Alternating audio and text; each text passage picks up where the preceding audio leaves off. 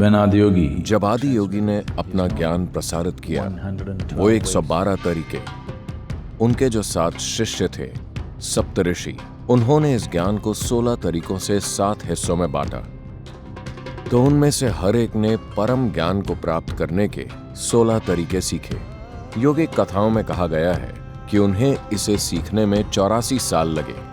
इन 84 सालों में आदि योगी उनके लिए सिर्फ एक शिक्षक ही नहीं रहे, धीरे धीरे वो उनके लिए सब कुछ बन गए। जब सप्त ऋषियों ने इन 16 तरीकों को आत्मसात कर लिया, तब आदि योगी ने उनसे कहा, अब जाने का समय आ गया है, तुम लोगों को जाकर बाकी दुनिया के साथ इसे बांटना है। जब वो जाने ही वाले थे, उन्होंने कहा, लेकिन गुरु दक्षिणा का क्या हुआ? ऐसा नहीं है कि गुरु को दक्षिणा की जरूरत है, बात बस इतनी है कि गुरु चाहते हैं कि वो एक समर्पण की भावना के साथ जाएं, कुछ बहुत कीमती भेंट करके जाएं, क्योंकि समर्पण की अवस्था में ही एक इंसान अपने चरम पर होता है। तो आदि योगी शिव ने गुरु दक्षिणा मांगी। ये सातों भौचक्के रह गए, उन्हें क्या अर्पित करें?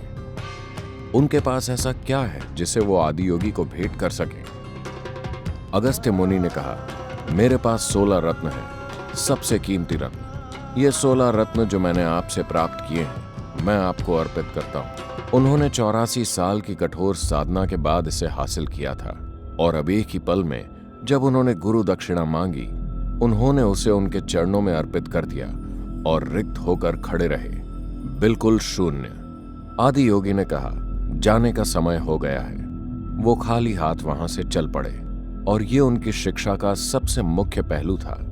चूंकि वो रिक्त होकर निकले, वो उनके जैसे बन गए। शिव का अर्थ है वो जो नहीं है, वो भी वो बन गए जो नहीं है। चूंकि वो ऐसे बन गए, इसलिए उन सातों में से हर एक के माध्यम से सभी 112 तरीकों को अभिव्यक्ति मिली। वो चीजें जो वो कभी भी नहीं समझ सकते थे, वो चीजें जिसके लिए उनमें कोई क्षमता नहीं थी, वो चीजें जिसके लिए उनके पास जरूरी बुद्धि नहीं थी, वो सब उनका एक हिस्सा बन गई, क्योंकि उन्होंने उसे अर्पित कर दिया जिसे उन्होंने हासिल किया था, जो उनके जीवन का सबसे कीमती पहलू था। उन्होंने उसे आदि योगी को वापस कर दिया और खाली हाथ निकल पड़े।